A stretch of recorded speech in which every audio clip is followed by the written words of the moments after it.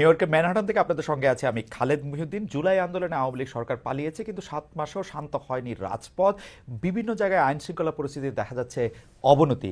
এই অবনতি এবং নানা কারণের এই যে ব্যর্থতা, তার দায় আসলে কার?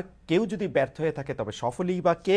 এই নিয়ে কথা বলার জন্য আজ আমাদের সঙ্গে রয়েছেন বাংলাদেশ দূতাবাসের, মানে ওয়াশিংটনে নিযুক্ত বাংলাদেশের দূতাবাসের প্রেস মিনিস্টার, জ্যেষ্ঠ সাংবাদিক জনাব গোলাম মুর্তজা। জনাব গোলাম মুর্তজা, আপনাকে আমাদের অনুষ্ঠানে স্বাগত জানাই। আপনি আমাদের এখানে এসেছেন, সেজন্য আপনাকে শুভেচ্ছা ও কৃতজ্ঞতা। ধন্যবাদ।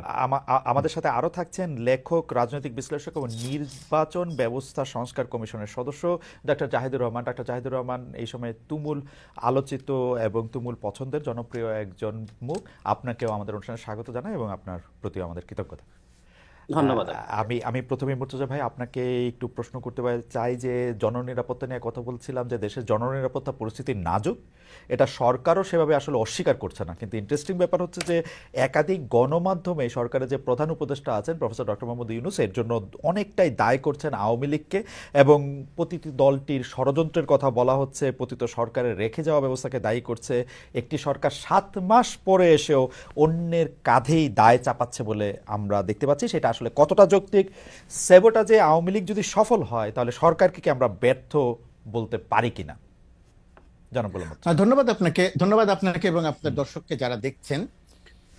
ডক্টর ইউনূস যে কথাগুলো বলেছেন, বা আপনি যেগুলো বললেন, আমি আর রিপিট না করে যে কথাগুলোর কথা যদি বলতে চাই, তাহলে সেই কথাগুলো দুই ভাবে ব্যাখ্যা করা যায়। একটা হচ্ছে সেই কথাগুলো সত্য কিনা, আর একটা যে দেশের পরিস্থিতিটাও সেরকম কিনা। আমার কাছে যেটা মনে হয় যে ডক্টর মোহাম্মদ ইউনূস যে কথাগুলো বলেছেন সেই কথাগুলোর ভেতরে অবশ্যই সত্যতা আছে এবং অবশ্যই তিনি সত্য কথাটাই বলছেন। এটা একটা দিক। আরেকটা দিক হচ্ছে যে সরকারের বয়স 7 মাস। আমরা যখন কথা বলি তখন প্রথমত কথা আমাদের ভেতরে একটা জিনিস তৈরি হয় যে 7 মাস বয়স হয়ে গেল, এখনো কিছু হলো না। এই যে 7 মাসটাকে আমরা অনেক ক্ষেত্রে, আমার ধারণা যে আমরা হয়তো 7 বছর মনে করে কথাটা বলে ফেলি। এটা মনে করার একটা কারণ আছে। একটা কারণ হয়তো এরকম যে, আমার সাথে হয়তো কেউ একমত হবেন, কেউ দ্বিমত করবেন, যে যে পরিস্থিতিতে ডক্টর মোহাম্মদ ইউনূস বাংলাদেশের দেশ পরিচালনার দায়িত্বে এসেছেন এবং আসার আগে তার বিষয়ে দেশের জনমানুষের যে ধারণা ছিল, সারা পৃথিবীতে তার যে কর্মকাণ্ড গ্রহণযোগ্যতা, সেই পরিপ্রেক্ষিতে সারা দেশের মানুষের তার প্রতি যে গ্রহণযোগ্যতা ধারণা, সেই ধারণাটা সম্ভবত অনেকটা এমন ছিল যে ডক্টর মোহাম্মদ একজন ম্যাজিশিয়ান। তিনি আসবেন এবং এসে সব সমস্যার সমাধান করে ফেলবেন। তো তিনি এসেছেন, মানুষ এক ধরনের আশায় বুক বেঁধেছে, বিপুল প্রত্যাশা তৈরি হচ্ছে। তো সেই প্রত্যাশার জায়গাতে তখন মানুষের ভেতরে ওই ওই ব্যাপারটা তৈরি হলো যে কই আমার আইন শৃঙ্খলা পরিস্থিতি তো ঠিক হলো না, চুরি বাড়লো কেন, ছিনতাই বাড়লো কেন, সামগ্রিক আইন শৃঙ্খলা পরিস্থিতিতে তো অবনতির অবস্থা আছেই, বা কোনো কোনো ক্ষেত্রে একটু বেড়ে গেল। মোহাম্মদপুর এলাকায় অনবরত ডাকাতি হচ্ছে, ঘটনাটা পুরোটা সত্য নয়, কিন্তু ডাকাতির দু একটি ঘটনা ঘটেছে এটা সত্যি। কিন্তু সরকারের পক্ষ থেকে প্রথমত কথাই যে ডাকাতির যে ঘটনাটা ঘটেছে, সেই ঘটনাটা নিয়ন্ত্রণ করার জন্য যে পরিমাণ অ্যাক্টিভ থাকা দরকার ছিল, যে পরিমাণ অ্যাক্টিভ দেশের মানুষকে দেখানো দরকার ছিল। আমি যদি এলাকার কথা দিয়ে বলি, যে ধরেন মোহাম্মদপুর এলাকা বা ধানমন্ডি এলাকা, ওই মোহাম্মদপুর বা ধানমন্ডি এলাকার মানুষকেও সরকার দৃশ্যমানভাবে ওই জিনিসটা দেখাতে পারে নাই যে সরকার খুব তৎপর আছে। সরকার মানুষের মনে আস্থাটা আনতে পারে নাই। মানুষ একটা সামাজিক যোগাযোগ মাধ্যমে কেউ একজন লিখে দিল যে ডাকাতি হচ্ছে, ডাকাত হচ্ছে, অমুক এলাকায় ডাকাত পড়েছে, একটা পুরো অঞ্চলের পুরো এলাকার সব মানুষ জেগে বসে থাকলো লাইট জ্বালিয়ে, যে ঘুমানো যাবে না, তাহলে ডাকাত আসতে পারে। এই জায়গাটিতে সরকারের যে অ্যাক্টিভ রোল প্লে করার দরকার ছিল, সেই জায়গাটাতে একটা বড় রকমের ঘাটতি আছে। এটা সরকারের দিক থেকে। আরেকটা জিনিস হচ্ছে, যেটা আরেকটা দিক, যে এই 7 মাস অনেক বেশি সময় নয়, কিন্তু যদি আমি অন্তর্বর্তীকালীন সরকারের মেয়াদ 2 বছর ধরি, সেই 2 বছর যদি সময় ধরি তাহলে আবার 7 মাস একটা বড়। এখন এই সময়ের একই সঙ্গে সরকারের প্রথম অংশের আমি যেটা বললাম, যে সরকার অ্যাক্টিভ থেকে যে কাজগুলো করা দরকার ছিল, সেই জায়গায় সরকারের একটা দুর্বলতা আছে। দুর্বলতার কিছু মানে কারণ আছে। পুলিশ না থাকা, আইন শৃঙ্খলা পরিস্থিতি যারা নিয়ন্ত্রণ করবে তাদের মনোবল একেবারে শূন্য হয়ে যাওয়া, সেনাবাহিনীর সঙ্গে পুলিশের সমন্বয় করে কাজ করার কথা, সেনাবাহিনী সংখ্যায় যা আছে, সেনাবাহিনী আইন শৃঙ্খলা রক্ষার কাজে বাংলাদেশের 53 বছরের বাংলাদেশে কখনোই কোনো দক্ষতার পরিচয় দিতে পারেনি। এখন এসে পুলিশের সঙ্গে পুলিশের সংখ্যা কম থাকায়, পুলিশ অ্যাক্টিভ না থাকায় সেটা তাদের আরো হিমশিম খেতে হচ্ছে। এটা হচ্ছে একটা বাস্তবতা। আর ডক্টর ইউনূসের যে কথা, আওয়ামী লীগ করছে, আওয়ামী লীগের দোসররা করছে, স্যাবোটাজ করার ক্ষেত্রে আওয়ামী লীগ যদি সফল হয়ে যায় তাহলে সরকার ব্যর্থ কিনা।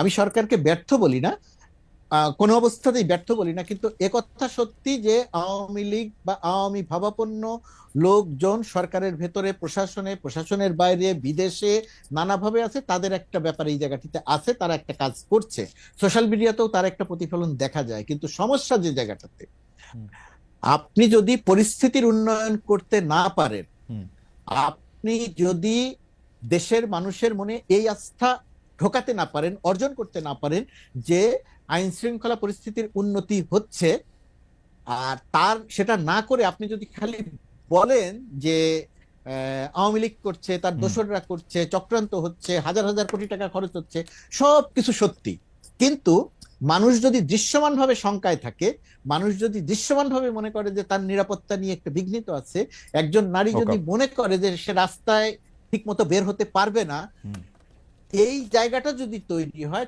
তখন ওই যে ওই অভিযোগটা নিয়ে মানুষ আসলে এক ধরনের বিক্ষুব্ধ হয় বা মানুষ বিরক্ত হয় যে ভাই বুঝলাম ওইটা হয়েছে, তো আপনি কি করলেন, আপনি কেন করতে পারছেন না। তো বাংলাদেশের সামগ্রিক পরিস্থিতিটা হয়ে গেছে ওই রকম। তো এরকম একটা জায়গা থেকে বের হওয়ার জন্য আমার ধারণা যে প্রক্রিয়াতে চলছে আর একটু সময় দিতে হবে, আর সরকারের অ্যাক্টিভ বা শক্ত অবস্থানে আসতে হবে, কিন্তু সেই শক্ত অবস্থানে আসারও কিছু জায়গা আছে, সেটা নিয়ে আমার পরবর্তী অংশে নিশ্চয়ই কথা বলবো। আমার মনে হয় যে আপনি অনেকগুলি বিষয়ে আলোকপাত করেছেন এবং কিছু কিছু জায়গায় আপনি বলেছেন যে আইন শৃঙ্খলা পরিস্থিতি ঠিক না করে যদি কারো উপরে দোষ চাপানো হয় তাহলে আসলে এটা জনগণের পক্ষে মেনে নেওয়া কঠিন। আমি শুধু একটা জায়গায় আপনার একটু দৃষ্টি আকর্ষণ করতে চাই। আপনি যখন বলতেছিলেন যে পরিস্থিতির কথা, যে যেই পরিস্থিতিতে আমরা ক্ষমতা এই সরকারকে নিতে দেখেছি, তারপর থেকে যে 7 মাস, সেই 7 মাসের মধ্যে কিন্তু আমরা যখন একটা জিনিসের পরিস্থিতি বলি, তখন আমরা তো আশা করব ব্যাপারটা পরিস্থিতি থেকে একটা উত্তরণের, আমরা তো ভালোর ত্বরণটা দেখতে চাইবো। কিন্তু আমরা কি আসলে ভালোর ত্বরণ দেখতে পাচ্ছি নাকি ভালোর মন্দন বা খারাপের ত্বরণ দেখতে পাচ্ছি? ওই জায়গাটা থেকে যদি আপনি একটু বলতেন। এবং সেই ক্ষেত্রে আমি দেখতে পাচ্ছি, কিন্তু আপনার সাথে আমি দ্বিমত করব না, কিন্তু আমি দেখতে পাচ্ছি কিন্তু এই সরকারের সমস্ত কিছু হচ্ছে অন্যের উপর দায় চাপানো। শেখ হাসিনা সরকার কি কি করে গেছে, আমরা গাজায় আছি, আমরা ধ্বংস হয়ে গেছি, ধ্বংসস্তূপের মধ্যে আছি। ধ্বংসস্তূপের মধ্যে আমরা আগস্টের 5 তারিখের ছিলাম, আস্তে আস্তে তো ধ্বংসস্তূপ ঠিক হবে, নতুন নতুন ধ্বংসস্তূপ তৈরি হচ্ছে। কিন্তু এখন প্রথমত কথা, এই যে ধ্বংসস্তূপ বা পরিস্থিতি যেটা ছিল তার চেয়ে উন্নয়ন তার চেয়ে ভালো হলো না তার চেয়ে খারাপ হয়ে গেল, এরও দুইটা দিক আছে খালেদ। দুইটা দিকের মধ্যে একটি দিক হচ্ছে সামগ্রিকভাবে সাধারণ জনমানুষের প্রতিনিয়ত শঙ্কা তৈরি হয়, সেই জায়গাটা আপনি যদি নিয়ে কথা বলেন, তাহলে এই মুহূর্তে বাংলাদেশে একজন মানুষও থাকার কথা নয় যে বলবে যে না পরিস্থিতি খুব উন্নতি হয়েছে, পরিস্থিতি খুব ভালো হয়েছে। এটা যদি বলা হয় তাহলে মাঠের পরিস্থিতি আর আমার কথা এক হবে না, মানুষ আমার কথা শুনে হাসবে, কেউ কেউ গালি দিবে। এটা হচ্ছে বাস্তবতা, 1 নাম্বার। 2 নাম্বার যেটা, এই যে ভালো এবং খারাপ, এটা হলো একটা দিক। আরেকটা জিনিস যদি আপনি খেয়াল করে দেখেন, তাহলে ভালো কি আসলে কোনো কিছু হয় নাই, সেটা সাধারণ মানুষ পর্যন্ত ওইভাবে দৃশ্যমান নয় যে জায়গাগুলোতে কাজ হয়েছে। ধরেন জিনিসপত্রের দামের, 1 মিনিট, জিনিসপত্রের দামের কথা যদি আপনি বলেন, সরকার দায়িত্ব নেওয়ার পর থেকে যেভাবে বাড়ছিল জিনিসপত্রের দাম, কিন্তু চাল এবং তেল ছাড়া জিনিসপত্রের দাম কিন্তু এই মুহূর্তে সাধারণ জনমানুষের ক্রয় ক্ষমতার মধ্যে আছে। জিনিসের দাম 1 বছর আগে যে জায়গাটাতে ছিল তার চেয়ে বাড়ে নাই। বেগুনের কেজি অন্যান্য সময়ে যে ভাকুম বেড়ে যেত, এই রোজার মধ্যে সেরকম বাড়ে নাই। শসার দাম সেভাবে বাড়ে নাই, কাঁচামরিচের দাম বাড়ে নাই, পটলের দাম বাড়ে নাই।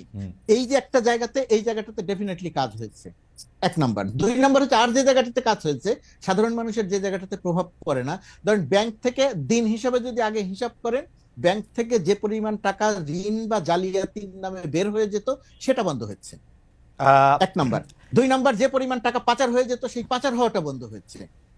তো এই আর্থিক খাতে আগের একেবারে পুরোপুরিভাবে শৃঙ্খলা এসেছে আমি সেটা বলবো না, কিন্তু আর্থিক খাতে যে প্রক্রিয়াতে নৈরাজ্য চলছিল, টাকা ছাপিয়ে যে প্রক্রিয়াতে ঋণের নামে দিয়ে দেয়া হচ্ছিল এবং পাচার হয়ে যাচ্ছিল, সেই বড় বড় জায়গাগুলোতে কাজ হয়েছে।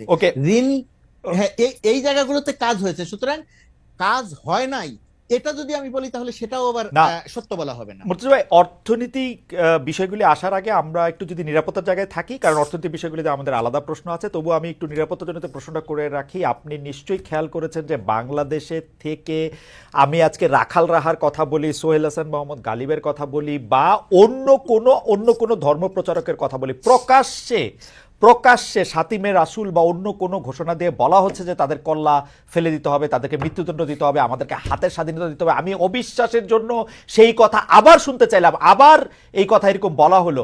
আমি তো এরকম কোনো ব্যবস্থা দেখি নাই যেটা এই কথা আর কখনো এটা বলা হবে আপনি কিনা। আপনি যে কথাটা বললেন এই কথাটা একদম শতভাগ সঠিক, এবং সরকার তো এই সরকার তো জায়গাটিতে সরকার তো স্পষ্ট সরকারের এই জায়গাটিতে সরকারের ভয়াবহ রকমের ফেলিউর আছে। সরকারের পক্ষ থেকে যখন বলা হয় একটা কথা যে এখন থেকে আবার যদি কোনো কিছু হয় তাহলে কঠোর ব্যবস্থা নেওয়া হবে, এইটা সাধারণ জনমানুষের কাছে সঠিক বার্তা হিসেবে যায় না। ওকে, আমি জনাব গোলাম মুর্তজা এবং অর্থনীতির প্রসঙ্গ আমি আসলে দুই একটা বিষয় নিয়ে আপনার সঙ্গে আলোচনা করতে চাই। তার আগে আমি একটু ডক্টর জাহিদুর রহমানকে শুনি। ডক্টর জাহিদুর রহমান, আপনার নিশ্চয়ই আমরা যে আলোচনাটা করতেছিলাম সেটা নিয়ে আপনার নিশ্চয়ই বক্তব্য থাকবে, কিন্তু আমার প্রশ্নটা আমি একটু করে রাখি। নতুন রাজনৈতিক দল নিবন্ধনের জন্য বিজ্ঞপ্তি দিয়েছে নির্বাচন কমিশন। আপনি জানেন যে এর মাধ্যমে এক ধরনের নির্বাচনের ট্রেনের যাত্রা শুরু হয়েছে বলে কেউ কেউ বলছেন। আপনি নিজেও নির্বাচন সংস্কার কমিশনের সদস্য ছিলেন, আপনারা কতগুলি সুপারিশ দিয়েছেন, সেগুলি সংস্কার করতে বলেছেন, কিন্তু সেগুলি সংস্কার করার নিয়ে কোনো অগ্রগতি আছে কিনা, শুরু হয়েছে কিনা তাই আমরা জানি না। এই সংস্কারের আগেই যে একটা নির্বাচনের কথা হচ্ছে, সে তাহলে সংস্কারটার আসলে কি হবে? পাশাপাশি আমি আরেকটি প্রশ্ন করে রাখতে চাই যে এই যে নতুন রাজনৈতিক দল, সেই নতুন রাজনৈতিক দলের নেতারা বলছেন, সাবেক উপদেষ্টা নাহিদ ইসলাম, জনাব সার্জিস, তারা বলছেন যে শেখ হাসিনার বিচার না করা পর্যন্ত নির্বাচনের কথা যারা মুখে আনবে, মুখেও আনতে পারবে না, মানে আরো কি জানি ভয়ঙ্কর করে বলছেন। এখন আপনি নির্বাচনের কথা মুখে আনতেছেন কিনা সেটাও যদি একটু আমাদেরকে বলেন। হ্যাঁ, ধন্যবাদ। আমি মুখে আনছি, আমি আনার পরও তাদের বক্তব্য নিয়ে কথা বলবো। তার আগে আইন শৃঙ্খলা নিয়ে 2-3টা পয়েন্ট একটু যোগ করি। মুর্তজা ভাই খুব রাইটলি বলেছেন এবং আপনিও যে কাউন্টার অপিনিয়ন দিয়েছেন, I agree with that as well. আমি দুটো এক্সাম্পল দিই। সপ্তাহখানেক বা 8 দিন 7-8 দিনই হবে আগে গুলশানে একটা বাড়িতে তাণ্ডব চালানো হলো ঘোষণা দিয়ে।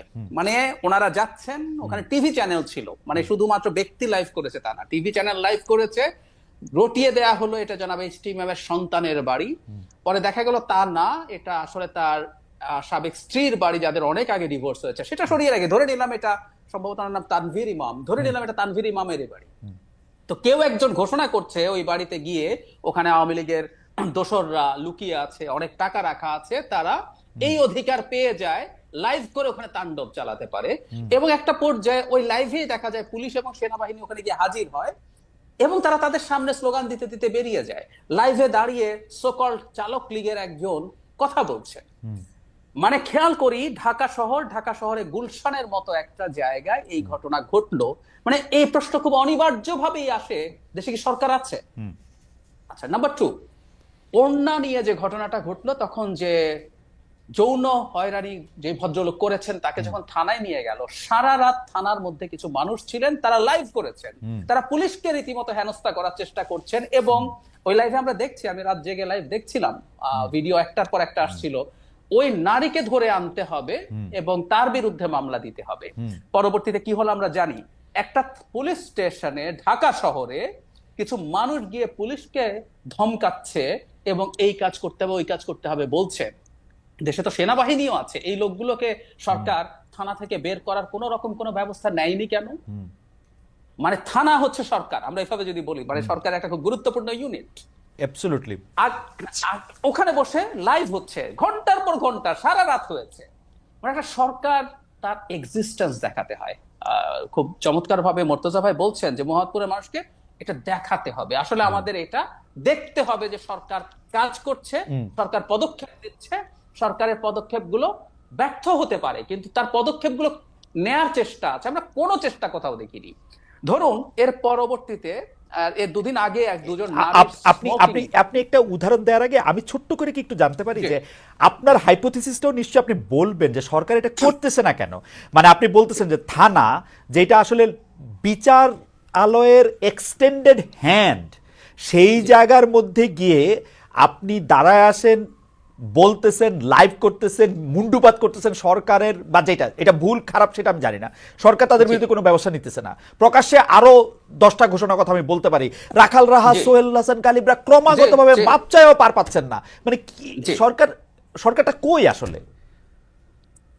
সরকার নাই আসলে, এবং সরকার নাই আসলে এখন এই প্রশ্নগুলো এসে দাঁড়াবে। আমরা দীর্ঘদিন থেকে এটা এখনো সরকারের যে ক্রিটিক করছি, আসলে আমরা এই সরকারকে ওন করেই করছি, কিন্তু সরকার আসলে সরকার হয়ে ওঠে, মানে আমি প্রায় এভাবে বলি, বাংলায় আমরা না এটাকে শাসন বিভাগ বলি, বাংলায় এভাবে বলি। সো তাকে তার শাসনটা দেখাতে হবে আইনের চৌহদ্দির মধ্য থেকে, এটা সবচেয়ে জরুরি ব্যাপার। দুজন নারীকে প্রকাশ্যে রাস্তায় বিভৎসভাবে পেটানো হলো, দীর্ঘদিন শোরগোল করার পর, যেই লোককে এটা করেছে তার ছবি ঘুরে বেরিয়েছে না, তাকে দীর্ঘদিন শোরগোল করার পর গত কাল বা পরশু তাকে গ্রেফতার করা হয়েছে, তাই না? মানে এটা করতে হচ্ছে।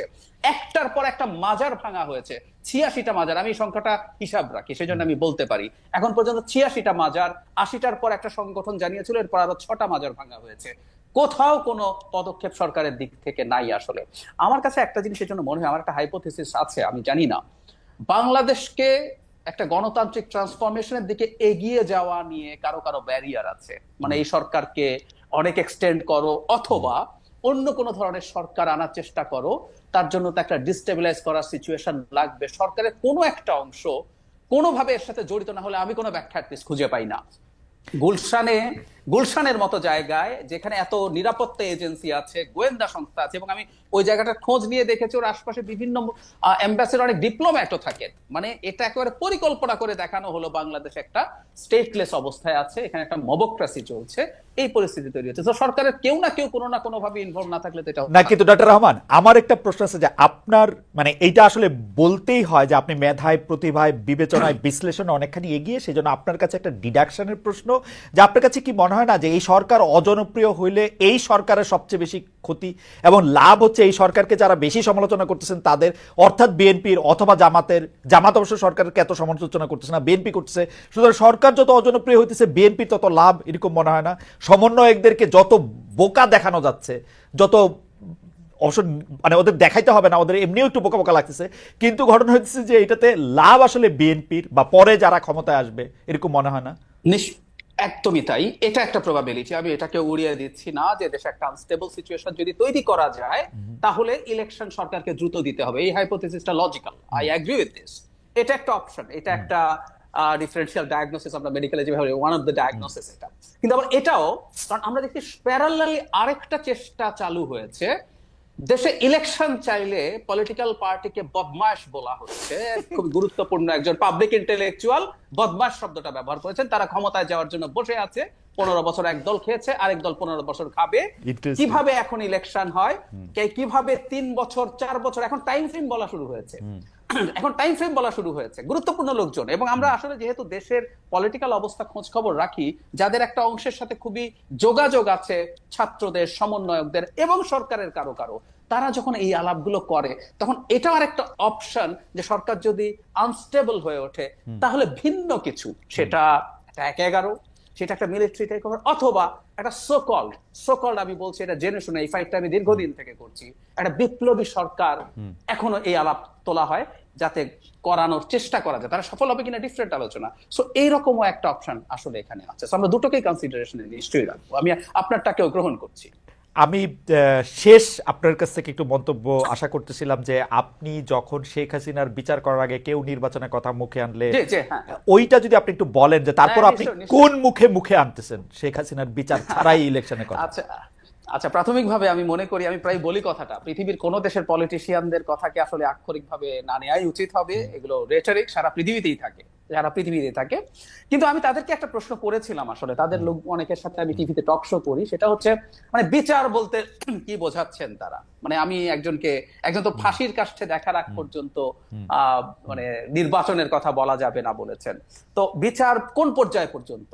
আপনি এই ব্যাপারগুলো খুবই ভালো ওয়াকিবহাল আছেন, যে তার যে আইসিটিতে বিচার হচ্ছে, এটার প্রাথমিক রায় হবে, এটার আপিল হবে, যদি তার মৃত্যুদণ্ড হয় তার ডেথ রেফারেন্স হবে, তারপর অনেক সব পদক্ষেপ, ঠিক আছে, ফাঁসির কাছে না ফাইনাল রায়। সো আমি ব্যক্তিগতভাবে যেটা মনে করি, তারা এখন রাজনীতি করছেন এবং বাংলাদেশের রাজনীতি করছেন, এবং ফ্র্যাঙ্কলি স্পিকিং আমি আশা করি আমার ছোট ভাইরা বোনরা এটা নিয়ে মন খারাপ করবেন না। তারা একটা নতুন বন্দোবস্তের কথা বলছেন, আমি কোনো নতুন বন্দোবস্ত আসলে দেখছি না। এটা একেবারেই পুরনো বন্দোবস্তের রাজনীতি করছেন, যেখানে আসলে তারা একই রকম ভাবে রেটরিক ব্যবহার করছেন, করে আসলে মূলত যেটা চাইছেন, এটা কখনো সংস্কারের নামে, কখনো এই বিচারের নামে তারা they are interested to buy more time. এবং সেটার কারণটা খুব সোজা, নির্বাচন যদি আর 1-1.5 বছরের মধ্যে হয়ে যায়, তাদের তো আসলে দল খুব বেশি গোছানো হয়নি, সো বেশি সময় পেলে তারা সেটা করতে পারবে না। কারণ আপনি বলেছিলেন জামায়াত তাদের সাথে দ্বিমত করছে না, এটারও কারণ একই, কারণ জামায়াত মনে করছে তারা একটা জোট তৈরি করতে পারবে আদার ইসলামিক পার্টি এবং স্টুডেন্টদের সাথেও তাদের যোগাযোগ আছে, বেশি সময় পেলে ভালো হয়, সেজন্যই তারা সংস্কারের পক্ষে আছেন।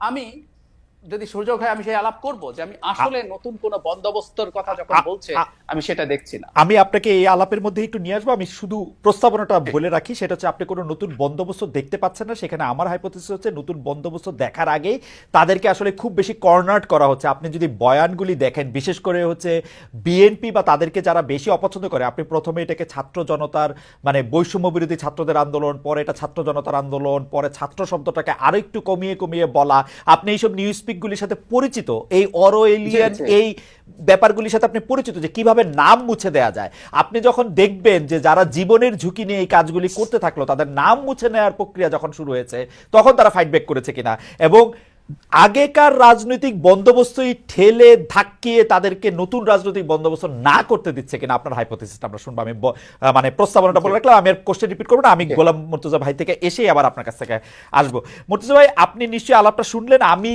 আপনার প্রসঙ্গে একটু একটা প্রসঙ্গ করতে চাই যে আপনি গত মাসে এক টক শোতে আওয়ামী লীগকে ইঙ্গিত করে হয়তো এরকম বলেছেন যে পরাজিতদের ধ্বংস করে দিতে হবে। এই পরাজিত বা যুদ্ধ তে আসলে কে জয়ী কে পরাজিত, আমরা যদি এই দার্শনিক আলাপের মধ্যে নাও যাই, আমার শুধু একটা সরল প্রশ্ন, আপনি যখন বলছেন যে পরাজিতদের ধ্বংস করে দিতে হবে, আপনার বক্তব্যকে যেহেতু অনেকে শোনেন মানেন এবং আপনি গুরুত্বপূর্ণ এখন সরকারেরও একটা অংশ বটে, এইটা মনে কইরা ধরেন আমাকে পরাজিত বলে একটা মাইক দিয়া এইটা সম্ভব কিনা, বা যে কোনো কাউকে লেবেলিং করা সম্ভব কিনা, আজকে ডক্টর রহমানকে বলা সম্ভব কিনা যে না উনি পরাজিত সুতরাং ওকে ধ্বংস করে দিতে হবে, এটা বলা সম্ভব কিনা, আমি এইটা একটা আপনার এই বক্তব্যটা একটা লেবেলিং এর মানে মানে মানে মানে একটা বৈশিষ্ট্য বা বীজ ধারণ করে কিনা। ধন্যবাদ আপনাকে যে আপনি এই প্রশ্নটা করেছেন। এই প্রশ্নটার একটা প্রশ্ন করে কোনো একটা কথা বলে পরবর্তীতে যখন সেই কথাটার আবার ব্যাখ্যা দিতে হয় যে আমি এই কথাটা এইভাবে বলি নাই, আমি অমুক ভাবে বলেছি, তখন বোঝা যায় যে ওই কথাটা আসলে সমাজে বিভিন্ন রকমের অর্থ তৈরি করেছে। অর্থাৎ আমি যেটা মনে করে বলেছি, আমার যারা আমার কথা শুনছেন তারা বিষয়টিকে সেটা মনে করছেন না। মনে করছেন না এটা দুই ভাবে, একটা মনে করছেন না উদ্দেশ্যমূলক ভাবে, আরেকটা মনে করছেন না সত্যি সত্যিই তারা বুঝতে পারছেন না হয়তো যে আমি এটা দিয়ে কি বুঝালাম। এটা দিয়ে আমি যখন বলেছি পরাজিতদের ধ্বংস করে দিতে হবে, তখন অনেকেই মনে করছেন যে আমি মনে হয় পরাজিতদের হত্যা করতে বলেছি, তার মানে কি হাজার হাজার মানুষকে হত্যা করে ফেলতে হবে, এরকম ব্যাখ্যাও হয়েছে। আর আপনি যে কথাটা বলছেন যে পরাজিতদের ধ্বংস, পরাজিত কে? পরাজিত হন আপনাকে মনে করা হলে পরাজিত হন আপনাকে ধ্বংস করে দিতে হবে, সেটি কিরকম? 5 আগস্ট যাদের বিরুদ্ধে আন্দোলন হয়েছে, শত্রু সুনির্দিষ্ট, চেনা জানা, এই শত্রু চেনা জানা শত্রু, চেনা জানা যে পরাজিত পক্ষ, সেই পরাজিত পক্ষ যখন আবার মাঠে এসে যখন আবার আর এক রকমের অরাজকতা তৈরি করছে, সেই অরাজকতা যাতে তৈরি করতে না পারে তাদের যে অপরাজনৈতিক শক্তি, আমি ধ্বংস করে দেয়া বলতে তাদের সেই অপতৎপরতাকে বুঝিয়েছিলাম। কিন্তু আমার এই কথাটা নানা রকমের ব্যাখ্যা হয়েছে, যে কারণে আমাকে আবার ব্যাখ্যা দিতে হয়েছে, এবং সেই প্রশ্নটি আপনি আবারও করলেন। এবং আমি এও জানি যে আমি এখন যে ব্যাখ্যাটা দিচ্ছি সেই ব্যাখ্যাটা দিয়েও সব মানুষ সন্তুষ্ট হবেন না। এটা অ্যাবসলিউটলি মুর্তজা ভাই, আমি আপনার সাথে একমত। আমিও একটা কথা বললে তার ব্যাখ্যা দিতে হয় 3টার জায়গা থেকে, যদি কেউ আমার থেকে ব্যাখ্যা চায়। আমি যেহেতু অত গুরুত্বপূর্ণ না, কিন্তু ব্যাখ্যা দিতে হলে এরকম ব্যাখ্যা দিতেই থাকতে হয়। খালেদ আপনি অনেক গুরুত্বপূর্ণ। আর আমার বক্তব্যটা খুব পরিষ্কার যে ফ্যাসিস্ট শক্তিকে, যে মাফিয়া শক্তিকে, যেটা জাহিদ ভাই বারবার বলেন যে মাফিয়া, যে টেররিস্ট শক্তিকে বাংলাদেশের মানুষ ছাত্র জনতা আন্দোলনের নেতৃত্ব দিয়েছে, সেই মানুষ রক্তের বিনিময়ে তাদেরকে পরাজিত করেছে।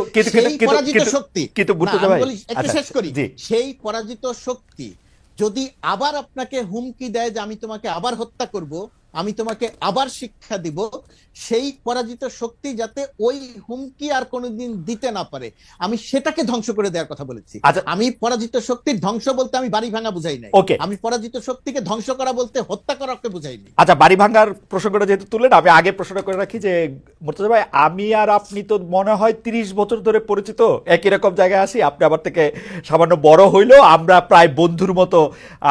আমি একটা দুইটা জায়গায় একটু আপনার সাথে দ্বিমত পোষণ করি যে এটা মাঠ না, এটা ভার্চুয়াল মাঠ, মাঠে তারা কোনো কিছু করতে পারছে এটা দেখে নাই। আর 2 নাম্বার, আপনি যে হুমকির কথা বলতেছেন, যে হুমকিকে কেউ কেউ, আমার কাছে মনে হয়, আমি এটা নিয়ে আসলে ডক্টর রহমানের কথাও শুনবো, যে কেউ কেউ এইটাকে একটা ভয় বা আতঙ্কের জায়গায় দেখতেছে, কিন্তু আমার পায়ে হলো হাসি। কারণ হচ্ছে আমি এইটাকে খুবই রসিকতা হিসাবে দেখি। একটা দেশে আসতে পারে না, একটা কথা বলে না, কাউরে না বইলা পালায় চলে গেছে, তারা একটা জিনিস রেকর্ড করে কোথাও একটা প্রচার করবে, তাতে বাংলাদেশে একটা বড় লোক, একটা বড় ধরনের দক্ষযোগ্য বেঁধে যাবে, এইটা আমার কাছে মনে হয় না তাদের এই শক্তি আসে। এই শক্তির কথা বলে বলে আমরা তাদেরকে একটা আরো জুজুর ভয় তৈরি করি কিনা। আর আমি প্রশ্ন, এটা আমি ছোট করে একটু আমার 2 পয়সা দিয়ে রাখলাম, কিন্তু আমি প্রশ্নটা করি, বাড়ি ভাঙার প্রসঙ্গে আপনি বলছেন যে আপনি কিন্তু বাড়ি ভাঙতে বলেন নাই, এবং আমার ইন্টারপ্রিটেশন আপনি কখনো বাড়ি ভাঙতে বলেন নাই বা কারো কোনো ক্ষতি করতে বলেন নাই।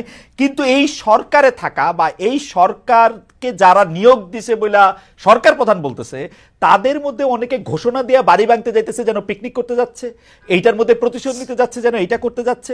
বলা হচ্ছে এই যে নির্বাচনের নাম মুখেও আনা যাবে না। আপনি 1-2 মিনিটে এইটার কথা একটু আপনি বলবেন কিনা, যে এইটা কি ধরনের আচরণ, মানে তারা, মানে এই আচরণ করার মানে কি এই সরকারের মধ্যে থেকে? দেখেন, একটা সরকারের, এই সরকার আমাদের পূর্বে আমরা যে সমস্ত সরকার দেখেছি, আর সেই সরকার আর এই সরকারের মধ্যে তো একটা বড় রকমের একটা পার্থক্য আছে। আপনি বিগত 16 বছরের সরকারের মধ্যে, আমি সরকারের অংশ, ছোট্ট খুব ক্ষুদ্রভাবে অংশ, সেই ক্ষুদ্রভাবে অংশ হলেও আমি যেভাবে যে কথাগুলো বলছি, আপনি বিগত 16 বছরে ওই সরকারের একেবারে ছোট থেকে বড় কোনো নেতার মুখ থেকে, কোনো কর্মকর্তার মুখ থেকে এরকম সামান্যতম কোনো কথা শোনেন নাই। কিন্তু বর্তমান সময়ে এসে এই কথাগুলো আপনি শুনছেন, আমি এই কথাগুলো বলছি। রাইট। এই যে ধরেন নির্বাচন না মুখে আনবে না, আমি কিন্তু যে কোনো শোতে বা যে কোনো জায়গাতে কথা বলতে গেলে যে নির্বাচন করবে, আমি তখন আমার একটাই বক্তব্য থাকে, নির্বাচন নিয়ে অনেক রকমের কথা হবে, অনেক রকমের আলোচনা হবে, শঙ্কা হবে, পরিস্থিতি এমন হবে যে আর মনে হয় নির্বাচন হলো না। কিন্তু আমি নির্বাচন বলতে বুঝি, ডক্টর মোহাম্মদ ইউনূস যে কথা বলেছেন যে ডিসেম্বর থেকে মার্চের মধ্যে নির্বাচন হবে, আমি নির্বাচন বলতে বুঝি যে নির্বাচন ডিসেম্বর বা জানুয়ারির মধ্যে হবে, কিন্তু সেই নির্বাচন নিয়ে নাম মুখে আনা যাবে না, সেই কথা যেরকম আলোচনা হবে এর চেয়েও বড় বড় কথা আলোচনা হবে। কিন্তু নির্বাচন নিয়ে আমার কোনো শঙ্কা নেই। মুর্তজা ভাই, আপনার কাছে কি মনে হয় যে ওরা কি এই জাতীয় সংসদ নির্বাচন করতে একটু ভয় পাইতেছে, নতুন রাজনৈতিক দলটা? মানে ভয়ের তো কোনো কারণ নাই। না, দেখেন, একটা রাজনৈতিক দল, একজন রাজনৈতিক নেতা কোন বিবেচনায় কোন কথাটা বলেন, সেই কথাটার অর্থ তিনি কি বললেন আর সাধারণ মানুষ কি ভেবে নিল, রাজনৈতিক নেতার কথাকে আপনি কখনোই হুবহু হিসেবে ধরবেন না। আচ্ছা, যে সে আপনি আমি তো সরল ভাবে, জি না না, আমি ঢাকা শহরে বসে বলছি যে নির্বাচন ডিসেম্বর বা মার্চের মধ্যে হবে, আমি সরকারের অংশ।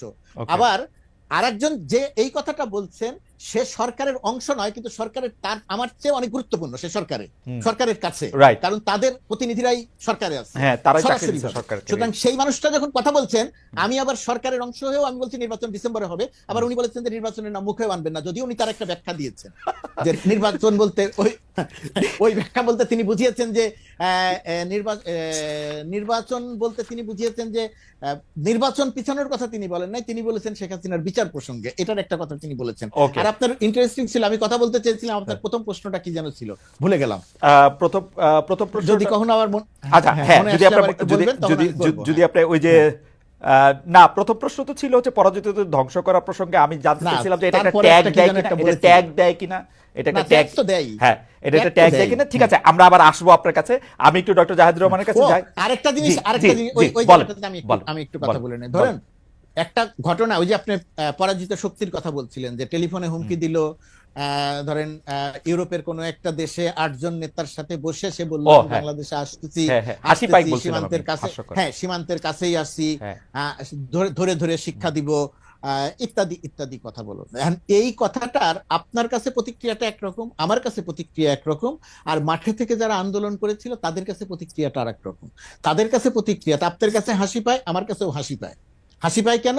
কারণ আমি জানি যে সে কখনো আসতে পারবে না, আসার মতো অবস্থা তার নাই। এক নাম্বার, হরতাল দিল, সেই হরতাল কি হলো সেটা তো আমরা দেখলাম। কিন্তু যে মানুষগুলো মাঠে থেকে আন্দোলন করেছিল, ধরেন 4 তারিখে আমি যখন আমার অফিসের 6 তলায় দাঁড়িয়ে দেখছিলাম যে পুলিশ প্রথমে আসলো, পুলিশ পিছিয়ে গেল, পরে ছাত্রলীগ যুবলীগ অস্ত্র নিয়ে গুলি করতে করতে আসলো, আমাদের চোখের সামনে 4 থেকে 6 জনকে দেখলাম পড়ে গেল। একজন পড়ে গেছে, ওই যে সেই পুলিশের বক্তব্য, পুলিশের যে বক্তব্য, গুলি করি মরে একটা, আর আর আর বাকিটি যায় না, এটা আমার চোখের সামনে দেখা। ধরেন আমরা কয়েকশো মানুষ সেটা দেখেছি চোখের সামনে।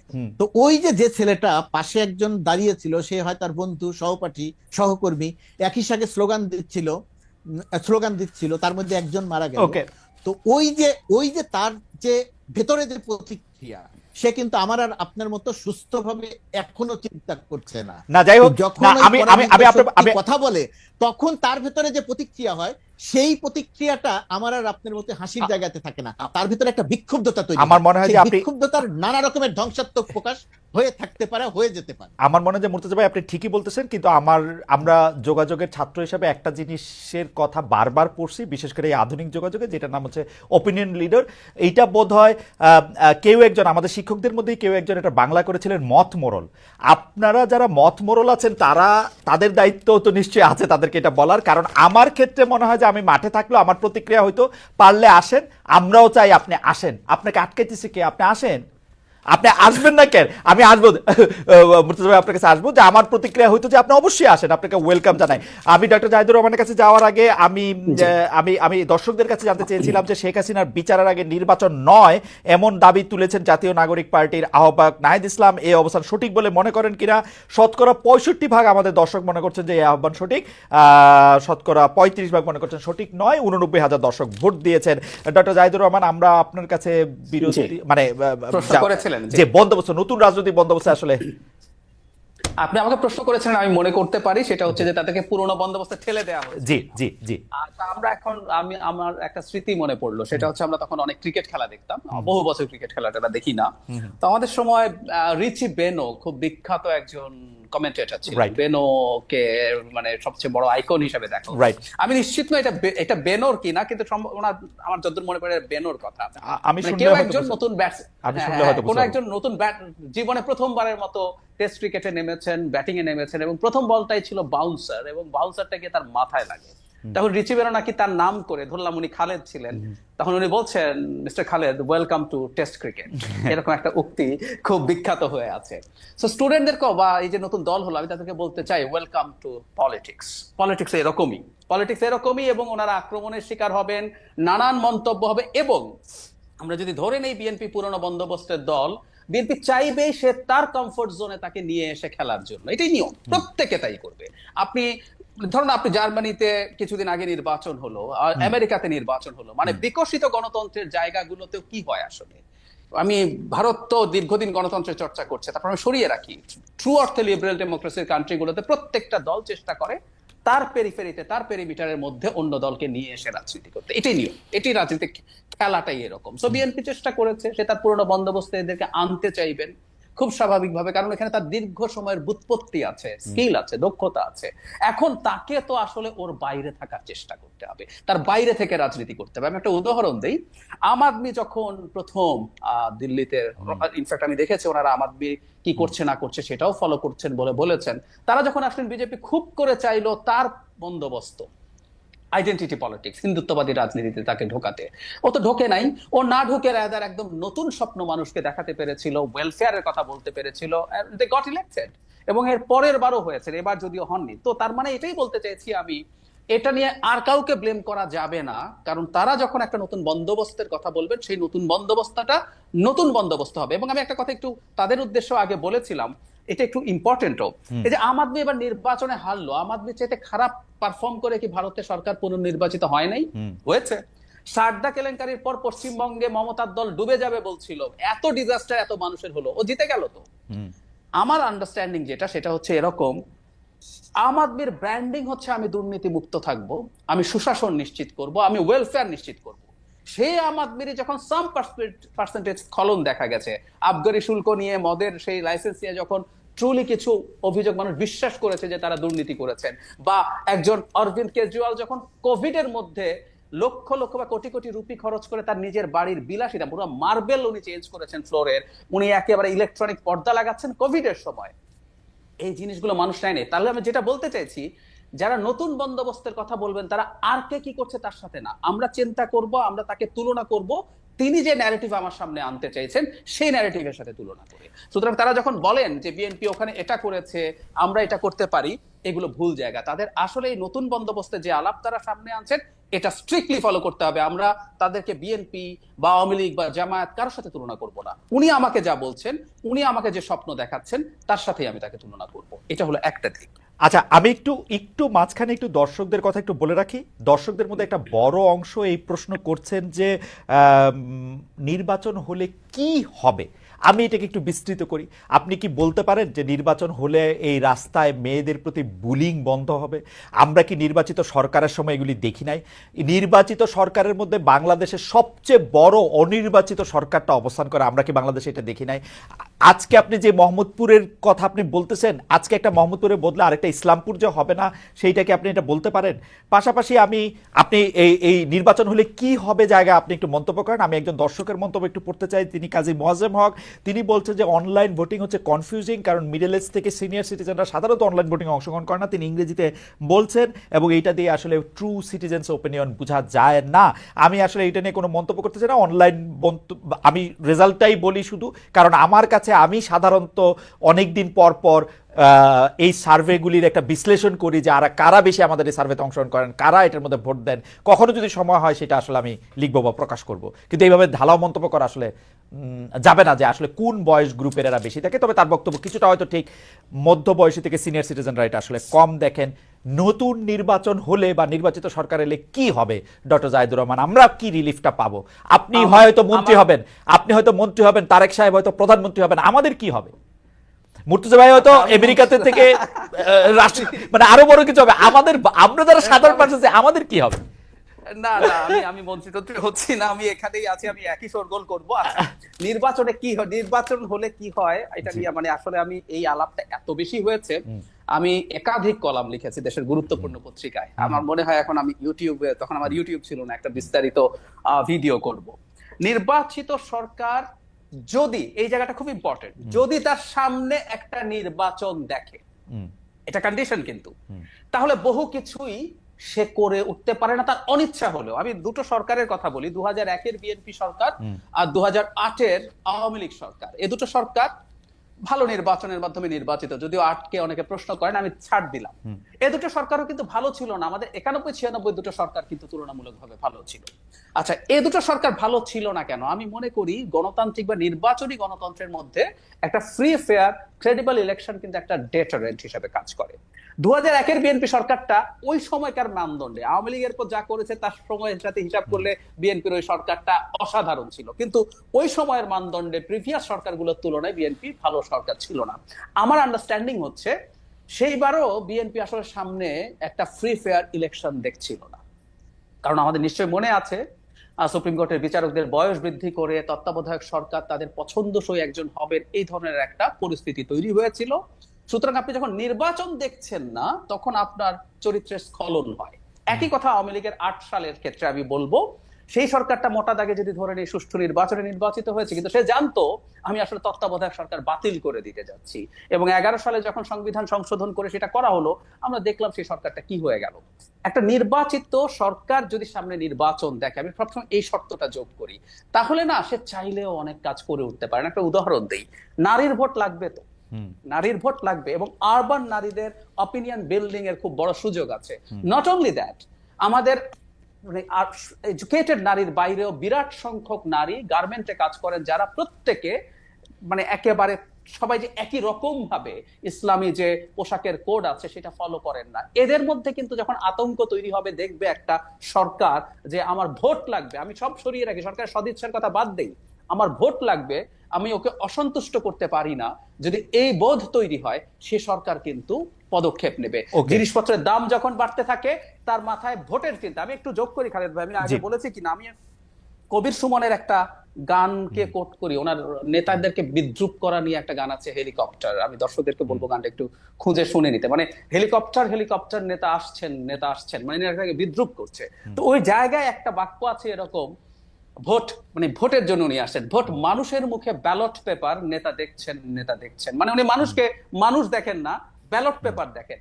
আমি বলি বরং ভাই, মানুষকে ব্যালট পেপার দেখাটাও একটা বিরাট অর্জন। আমাদের তো এতদিন আমাদেরকে ব্যালট পেপার হিসাবে দেখা হয় না, আমাদেরকে যদি ব্যালট পেপার হিসাবেও দেখতো, আমাদের জীবন আরো অনেক ভালো হবে। সো ওই ব্যালট পেপারটা প্রযুক্ত হবে ফেয়ারলি, এটা যদি হয় দেশের অনেক সমস্যার সমাধান হবে। এটুকু বলে যোগ করি, এই যে রিসেন্টলি গত বছর নোবেল পেয়েছেন অ্যাসেমাগ্লু এবং রবিনসন, তাদের ওয়াই নেশনস ফেইল বইটার খুব গুরুত্বপূর্ণ আর্গুমেন্ট হচ্ছে এটা, এবং আমাদের অমর্ত্য সেনেরও অনেক গুরুত্বপূর্ণ কাজ আছে, হাউ একটা ফ্রি ফেয়ার অ্যাকসেপ্টেবল ইলেকশন একটা দেশের সিস্টেমকে পাল্টে দেয়। ওকে, আমি আসলে ডক্টর রহমান আপনার বক্তব্যের সাথে আমি মোটামুটিভাবে একমত, কিন্তু আমি শুধু একাডেমিক আলোচনার খাতিরে আপনাকে, আপনি যেটাকে বলছেন যে 2001 আর 2008-এর দুইটা বিপরীতমুখী সরকার যারা ইলেকশন দেখতে পাচ্ছিল, তাদের অবস্থাটা আপনাকে স্মরণ করায় দেওয়ার জন্য 2001-এর বিএনপি গভর্নমেন্ট আমি আপনাকে মনে করা দিতে চাই।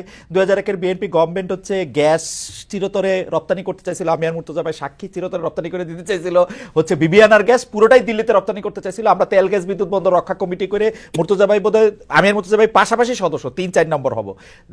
21শে আগস্ট হয়েছিল, 10টা কষ্ট মামলা হয়েছিল, এইটার মধ্যে থেকে সারা দেশে বোমা হামলা হয়েছিল, সিরিজ বোমা হামলা, এবং এক সময় গিয়ে সরকারকে দুর্নীতি এবং আইন শৃঙ্খলা ক্ষেত্রে সম্পূর্ণ ব্যর্থ মনে হচ্ছিল। 2008 পরবর্তী সরকারের কথা বলি, এই সময় সরকার ক্ষমতা আসতে না আসতে বিডিআর কাণ্ডে হয়েছিল, এর মধ্যে সাগর রুনির হত্যাকাণ্ডের মতো এরকম একটা ঘটনা ঘটছিল। মানে সরকার হাইকোর্ট বা আদালত বাতিল করার আগে ওই আদালতের একটা সুতা নাতা ধরে তত্ত্বাবধায়ক সরকার ব্যবস্থা বাতিল করে দিয়েছিল। এরকম আরো 5টা ঘটনা আপনারা মনে করে পরে আমি আবার কমুনে 2008-এর আওয়ামী লীগ সরকারও যথেষ্ট পরিমাণে যা তাই ছিল। আমি খালেদ ভাই একটু যোগ করি, এই দুইটা সরকারকে আমি খারাপ বলছি কেন, প্লিজ টেক মাই পয়েন্ট। এই দুটো সরকারই তারা ভালো নির্বাচনে নির্বাচিত হয়েছে, কিন্তু এই দুটো সরকারই তাদের সামনে